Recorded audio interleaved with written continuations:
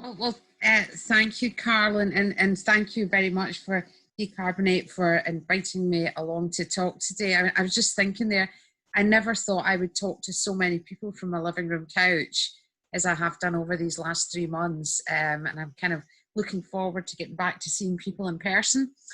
But we are where we are, and I hope this works out well this afternoon. So the piece of research that I'm presenting on this afternoon is kind of a second stage of work that started with funding from the Centre for Energy Systems Integration, and it's been continued with some direct funding from Scottish Power Energy Networks, who were our partner in the first SESI project and who we've just started a new one with. So this is an ongoing piece of work where we're really interested in questions such as, the enabling the rollout of EV through different kind of investment, and we have particular attention on the electricity network upgrades that will be required to support the EV rollout. Initially, we looked through to 2030, now we're looking through to 2050. We're interested in the wider economy impacts because that is of concern in a wider public policy environment. Obviously, I think we started out with questions really about who ultimately pays, not just through their energy bills, but if there are jobs, gains and losses, and shifting how we do transportation. But I guess, I've been working on this work this morning in a different way, and that we're producing a piece of work where we're looking at what the role of net zero actions might be in the post-COVID economic stimulus. Well, we hope it's post-COVID, the economic stimulus package to come, and I think one of the arguments that we try to make through our work and try to demonstrate through our work is that there's long been a belief that if you're doing environmental actions, you're somehow going to make the economy suffer. And our work is all about looking at how that might not be the case. And, the piece of research that we're working on and putting out in the next couple of weeks is very much about saying net zero actions can sit alongside any other kind of stimulatory action for the economy, so that they not only contribute in that respect, but we really lay foundations at this point in time, despite the difficulties we're experiencing, for moving forward through the net zero transition. So I guess in some ways, and it might be interesting in the Q&A discussion to pick this up. I know that not everybody who's on this call will be interested in EVs and reducing transport emissions. I think there is this wider issue of getting people to understand all the stuff we're looking at is not bad for the economy. It's going to play a role, and it needs to play a role, because our economy and our society are going to change in a net zero future, not just our emissions. So that's the title that we've settled on for today's presentation. And I was going to say that's a picture of me, but you can see me in your sidebar anyway. So this has been collaborative work with the team at the Centre for Energy Policy. I mean, if you're not familiar with us, we're based up in Glasgow at the University of Strathclyde, and we're really a multidisciplinary research, knowledge exchange and policy stakeholder engagement hub. We look at energy and climate policy issues in the context of wider public policy, and in that context, I'm one of the Scottish Government's Just Transition Commissioners. It really is important. This is not an energy system challenge or just an energy system challenge. This is how our whole society is going to shift. So we do need to settle this in a wider public policy context, not least if we're going to get societal and political acceptance for all the things that we need to do. So we really need to understand what the consequences are going to be for people of the different actions that we take, and where necessary, if we can affect these consequences, thereby starting to take down some of the, there's been a tendency to talk about barriers to getting different technological solutions through. And I think a lot of the time the barriers are actually, in fact, the context of the way that people live their lives, and are reluctant to have them disrupted if they can't see what the benefit is for them. And our expertise and our research really lies in modelling for wider economy scenario analysis. So while a lot of you will model the whole energy system, for us, whole systems is when we're taking into account all the sectors of the economy and what the political landscape is and things like that. And I guess we started out this research where, we were really thinking there's an important question here in terms of where and how value generation in the economy, so how people earn wage incomes, how companies get returns to capital and things like that, how could these be affected by alternative courses of action? Because as I said, the more you can try and affect the consequences in that regard in a positive way, the more likely you are to get the buy-in for what needs to be done. On the slide, there's a picture of our team, and I think we do have most of the research team that we've been doing this work with here, but we need to update our photographs, one of our priorities for when we get out of lockdown. So we looked at electric vehicles. Obviously, this is regarded as a key solution for decarbonising all transport, particularly our attention has been particularly in private transport and what people who live in UK households who are, as I said, also the electorate as well as the citizens of this country. A big shift is going to be required from the type of vehicles that we drive at the moment. And so our research has really focused on integrating across different economic and energy system models so that we can, as I said, we started out with a central research question, which is really to do with the wider economy impacts, about who ultimately pays for the costs of upgrading. And here, with our attention on EVs, it's about upgrading the power network to facilitate the intended rollout of EVs. And as I said earlier, there's been developments in our research programme. We started this with the support of the National Centre for Energy Systems Integration. And we started from the outset in a collaboration between the Centre for Energy Policy and Scottish Power Energy Networks, or SPEN, who, as one of the network operators in this country, have responsibility for making a business case and actually upgrading electricity networks to support a number of areas of decarbonisation. But, we started out our work with them looking to 2030, where we were looking at the initial stages of really network reinforcement that would be needed for that first phase of EV rollout. And a lot of the questions were around timing, because obviously Ofgem's price control model means that you can't really invest ahead of demand.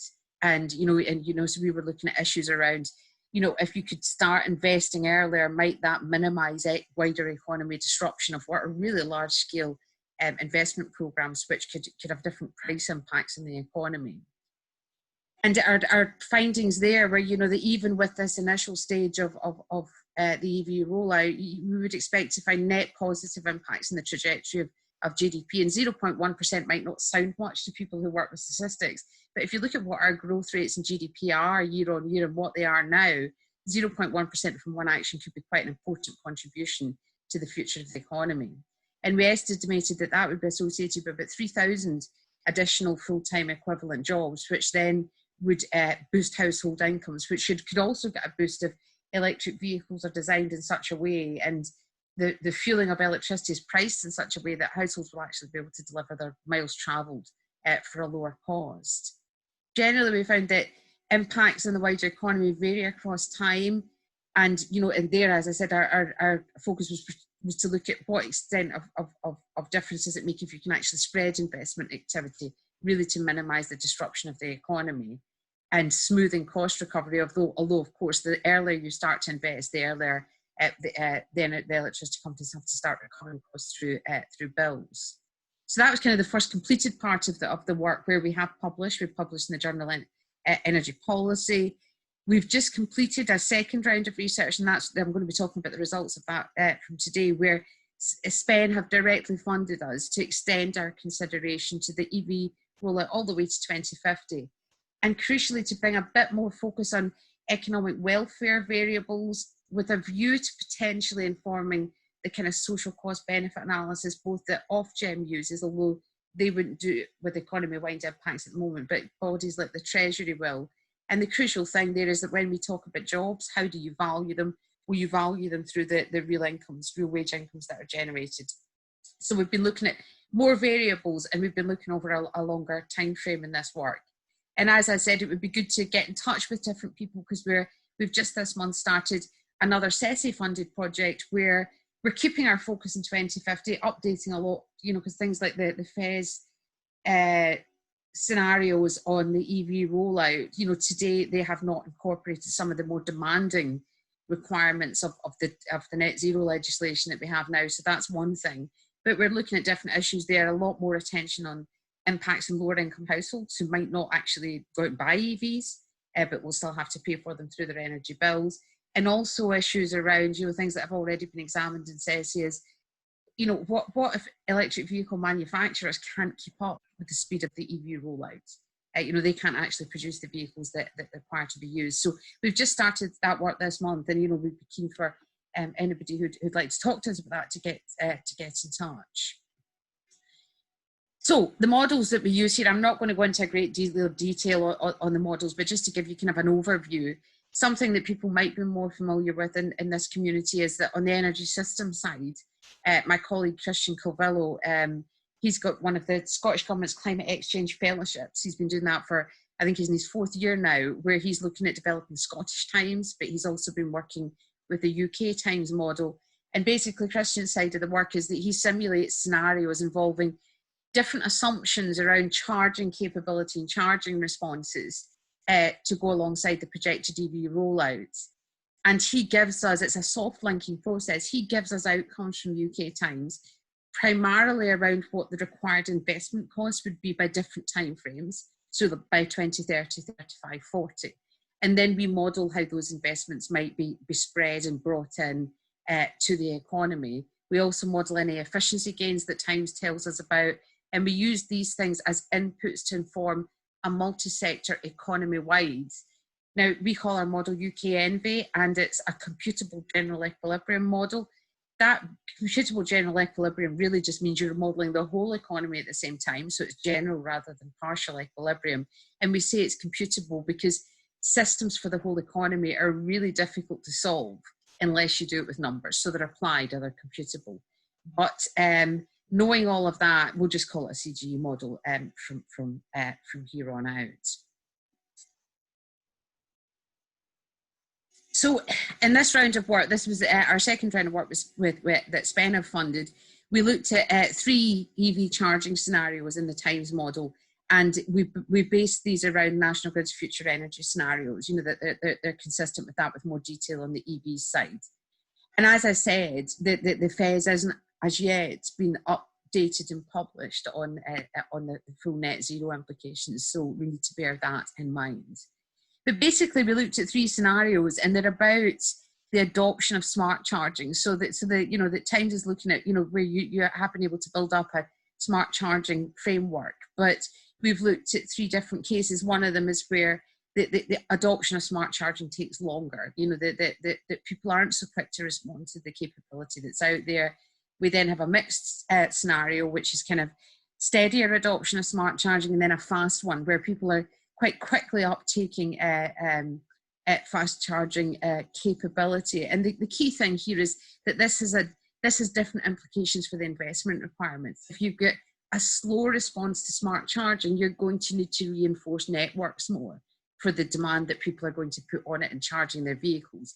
And crucially, and what we find in the economy-wide model, if this involves a lot of upfront early investment, the main implication is going to be that companies have to invest in the networks earlier and they have to start recovering the costs earlier. So that's going to have implications for energy prices and other things.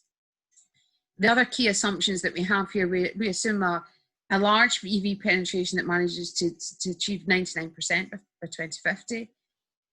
We consider the EV rollout in these scenarios. We're focusing on personal transport only. That's the focus of the research here. The commercial transport sector is much more difficult to separate out unless we get the right data to do it. We do assume an efficiency improvement with the EV rollout that reaches about 30% by 2050 relative to 2010. But one thing that I'll flag up front, given that I've told you about some of the results earlier, about managing to go onto a higher GDP trajectory and getting more jobs in the UK economy. The real driver of that we found in our earliest research, and we keep on finding it time and time again, efficiency does play a role, but the main driver is the fact that the electricity industry has strong supply chains in the UK economy, whereas petrol and diesel, certainly at UK level, perhaps less so at Scottish level, is very, very import intensive. You know, we have our refineries, we have our distribution network, but despite the fact we are an oil and gas nation, the supply chains for the sector that supplies petrol and diesel are some of the weakest in the UK economies. So for every pound you spend in those sectors, a lot of the money goes back out of the economy again. Whereas, we found even in our earliest research, you could have about 3 times as many jobs supported by every pound we spent in electricity. And we keep on finding that that is the main source for driving things forward. But nonetheless, we still bring the efficiency findings from times through into the CGE simulations. And we assume, well, I think this is a practical assumption that we've consulted the SPEN on, the costs of the investment are recovered via energy bills, but this is over the 45-year lifetime of the assets created. So every time there's an investment in a new asset, you trigger a new 45-year recovery period. And crucially, and this is maybe something that will change over time, that of the total investment figures that we have, it's estimated that only about a third of this is actually spent in the UK economy. The rest is imported. The UK spend is mainly on construction activity. Most of the equipment needs are imported. And the main implication of this is that you get a stimulus from the investment activity even before we have the switch. You know, the main driver in the long term is the fact we switch to electric vehicles, we fuel using electricity. But in the shorter term, investment itself has stimulatory power. But the problem that we have here is that you have a total amount of investment that has to be recovered through bills. And that's only set against a stimulus that's 1/3 of the strength. So, you know, for example, if you were looking to get investment of 30 million, you would be recovering 30 million pounds, but you would only actually be stimulating the UK economy with 10. Now we work, I think in all of our work with net zero actions, you know, we've seen a kind of model starting to emerge there, and we wrote a policy brief where there's a link in the slides. I assume they could be available afterwards. We call it our net zero principles framework, because I think we started to see with different actions that we looked at across energy efficiency and EVs and different things, there tends to be two stages where there could be potential for economic gains, but also particularly at the first, there will be costs incurred. Before any emissions reductions begin, we need to invest in things. We need to install and facilitate operation of new equipment, infrastructure, and systems capability to actually enable us to reduce our emissions. And we identified this as what we would call the enabling stage. So in the example we're looking at here, where we're looking at electricity network upgrades, that's the enabling stage. It doesn't actually reduce emissions in and of itself. In fact, it could increase them because you're doing construction activity. You then move on to the realising stage, that once you've got the capacity and the capability in place, we can realise emissions reductions by how we work with new capacity and how we live and how we do our jobs.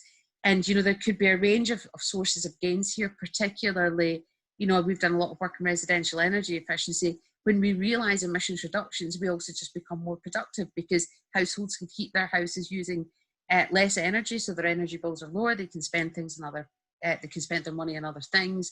That provides a stimulus for the economy. Similarly, you could also have efficiency losses. You know, for example, we've done work around carbon capture and storage. And one of the key areas that firms are concerned about is they need to use extra equipment in order to produce the same output because they need capture equipment. That implies that they're getting a loss in efficiency. So I think the key thing that I'm saying there is that for us to model things in the economic model, we need to understand what the economic implications are of anything that changes. So this enabling stage, I mean, there will be a range of activities, and, you know, we're focusing on network and network upgrades, but I mean, there could be other things, you know, like public investment in charging infrastructure and, you know, kind of a range of different things, but we're focusing on electricity network upgrades. It's going to include things like putting wires and cables in the ground.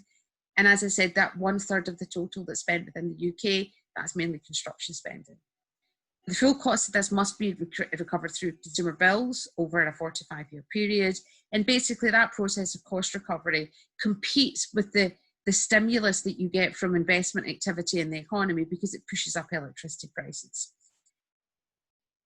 That will kind of dampen consumer spending. It will also impact the price of goods and services and all things across the economy.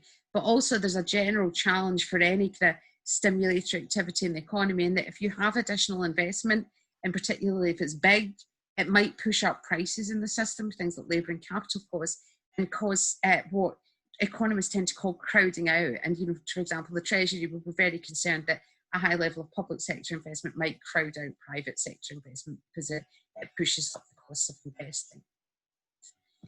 Then we move on to the realising stage. This is where we're looking at a progressive shift from conventional vehicles to electric vehicles, a change in fuelling from petrol and diesel to electricity.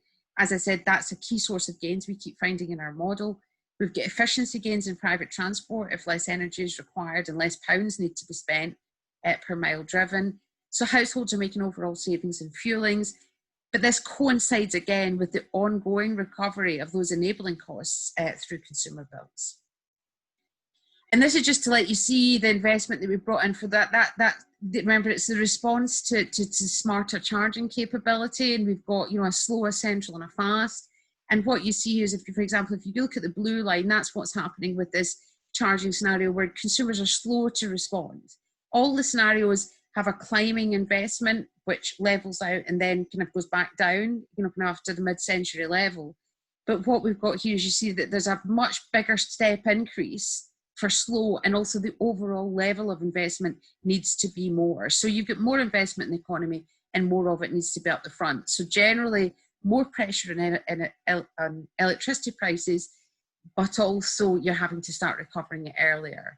And that pressure on electricity prices is coinciding with the fact we're using more electricity. And I think this is a general concern for electrification. You know, when we move it to electrification of heat, we're going to need a lot of upfront investment. So with electrification of heat, we've had, you know, some kind of civil service colleagues commenting that our slow charging scenario here with the upfront investment, that might be the kind of picture that you might expect to see with electrification of heat as well.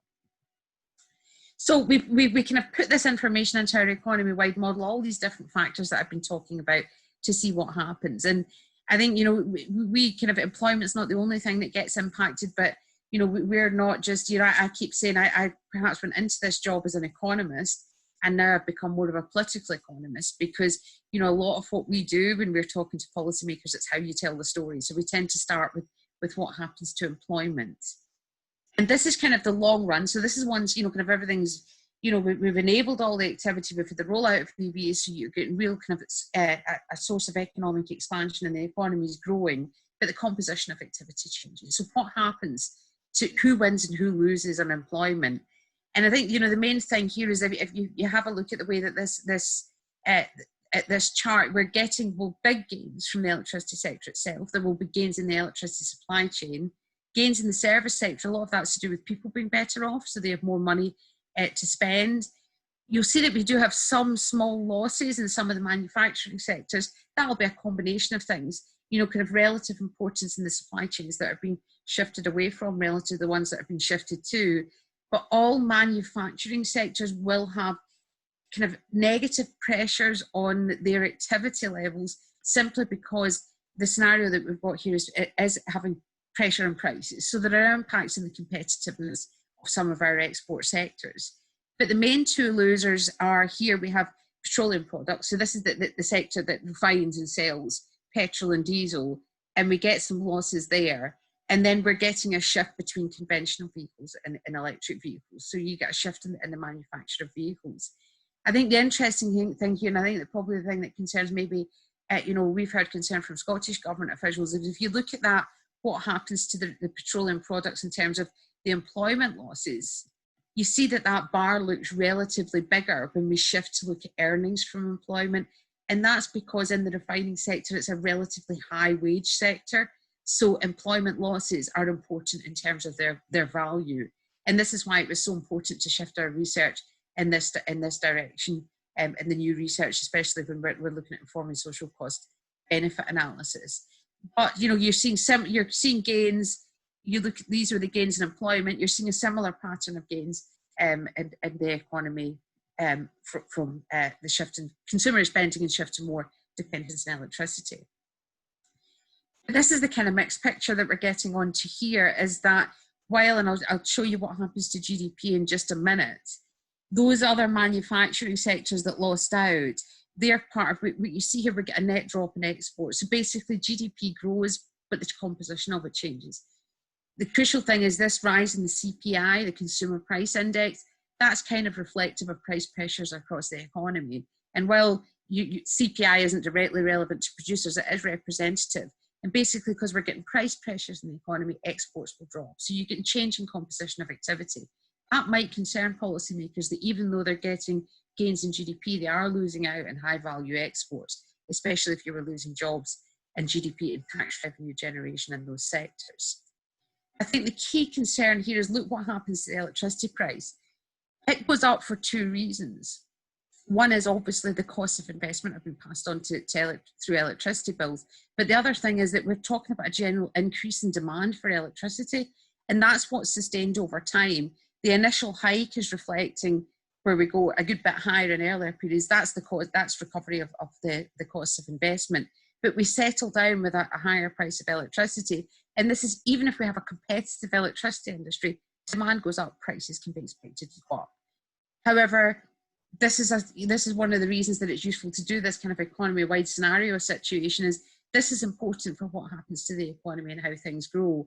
And it might be something that you could have regulatory or policy interventions to stop the price of electricity going up so much, and or to stop it impacting particular groups of users. So that we're doing what-if scenario analysis where policymakers might then act, as I said, to affect some of these consequences and see then if the picture could come out somewhat differently.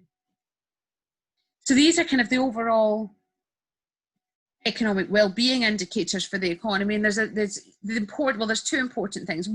Three important things. The first one is earnings and GDP and employment all rise. So that's good news. You're getting net gains in them. The second important thing is you'll see here, earnings and GDP both rise proportionately more than employment.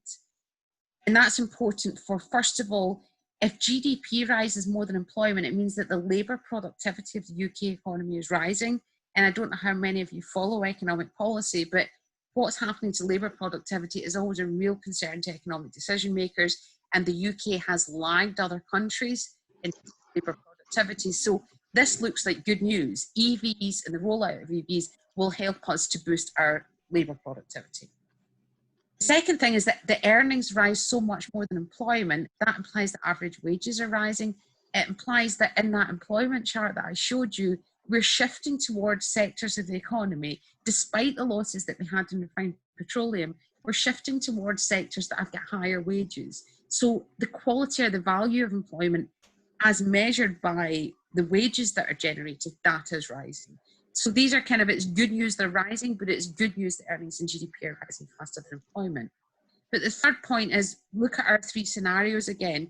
You can see that the slow scenarios in each case, your expansion is trailing until you get to the point where all investment is over and costs are recovered and things like that. So throughout the transition, that slow scenario where you have to have all the upfront costly investment, that causes a slower pace of growth, particularly in this earnings measure that is the quality of employment. You get the fastest gains in earnings, GDP and employment if you can adopt that fast scenario. But even the central one, where it's kind of not as fast as it could be, but it's a steady pace of uptake of smart technology, that delivers for the economy almost as well as the fast adoption does. The lag is where you have to do all this upfront investment because you've got a slow adoption. And as I said, if we thought a little bit wider than EVs, where to something like electrification of heat, where we think we would need a lot of upfront investment, this type of thing is showing that that could be where you would have a problem in terms of the lag in the economic expansion. So moving on to what are our key findings? Well, the first one, as I said, is that we do get sustained positive macroeconomic impacts. And the key thing is that once we've actually been able to realise the gains of supporting the EV rollout, we're getting a shift in fuelling away from using import-intensive petrol and diesel towards the output of the electricity sector. And certainly at the moment, that is a sector that has got higher domestic content than what we currently do with petrol and diesel. But again, let me qualify that.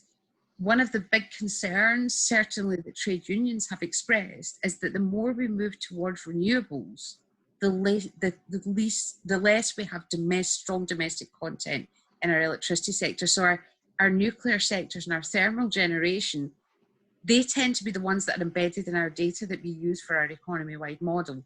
There has been a lot of concern for a number of years that when we move towards renewables, we lose some of the direct industry employment and we lose some of the supply chain content. So that's why I say if it's an electricity industry as it stands now, that's where you're getting the real gains. But if we lose some of that domestic content, the gains will not be as big.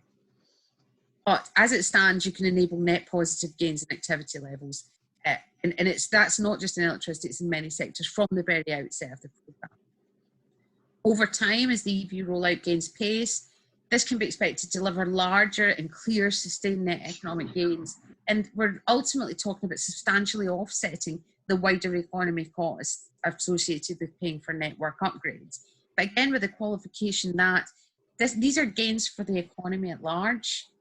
The nagging thing that is always in our minds and in policymakers' minds is what about lower income consumers? Because there are two issues there. First of all, they might be less likely to directly benefit from the EV rollout. And second, when the economy grows like this, low-income households don't really gain that much. And that's because they don't extract income or capital income in the same way as higher income households do. So they might not win that much from the economy growing. They might not win that much from the EV rollout. So that's why in the next stage of our work, we're really shifting attention to much more towards low-income households. And finally, the boost that's triggered and driven by more demand for UK electricity and also greater consumer and household demand, that's likely to be sufficient for many UK industries outside of those who are actually involved in the EV supply chain to actually be able to enjoy sustained expansion. These impacts on labour productivity and earnings, as I said, this is a focus that we've taken on in the second round of our research because this is really important for policy decision makers. So, we've got key findings here because we're looking at the real earnings associated with job creation and the quality of GDP as measured through labour productivity. And the expansion that I showed you in the charts here is characterised by both earnings and GDP expanding faster than employment, and that is across all time frames and all investment levels and spreads. And this means that generally we can have an expectation that in doing this shift towards EVs, we are going to see these positive effects on our labour productivity and on the quality of life. Sorry? 가방을 꼭 매야 되겠어? Somebody's got their microphone. 그거 가져가. What was it? 이번에 산 거? 아르마니 같은 거. Excuse me? Okay, right. So this type of shift, it might think, oh, that's a very good thing for an economist to be concerned with labour productivity and earnings. But this type of shift is really important because of what it means for the tax base and the level of revenues that we find accruing to the public budget year on year. And that's not just a Treasury concern. When we're looking at net zero, we're talking about a huge shift in our economy. A lot of things are going to have to be paid for. So that the kind of well-being of the public purse to be able to continue to contribute to that is important, as is the health of the economy more generally, because people have their priorities at the end of the day. And we've seen through the recent COVID situation that if the economy is not in good shape, it's not good for the people who live in it, regardless of what their concerns are about climate change. So we really we're trying to have our cake and eat it here, to be able to reduce emissions, but to have a well-performing and prosperous economy. But the economic benefits, now these come with two key considerations. And as I said, what we're doing here is kind of what if economy-wide scenario analysis. One of the things we're trying to do is say, these are what the consequences will be if things proceed in such a way.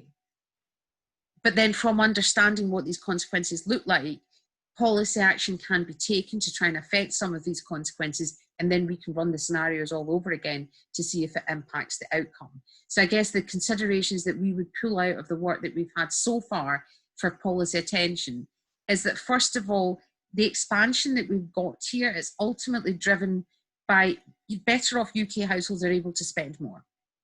That puts upward pressure on all prices, and it also has competitiveness impacts, just like earlier in the process when you're investing, that can have crowding out effects. If we have negative competitiveness impacts, so we're growing with increasing price levels, we can expect to see some change in composition away from GDP away from exports. And you saw that chart where we actually saw, even once we get to the long run settled equilibrium where everything looks good, we do have a slump away from exports, and that could be of concern to policymakers.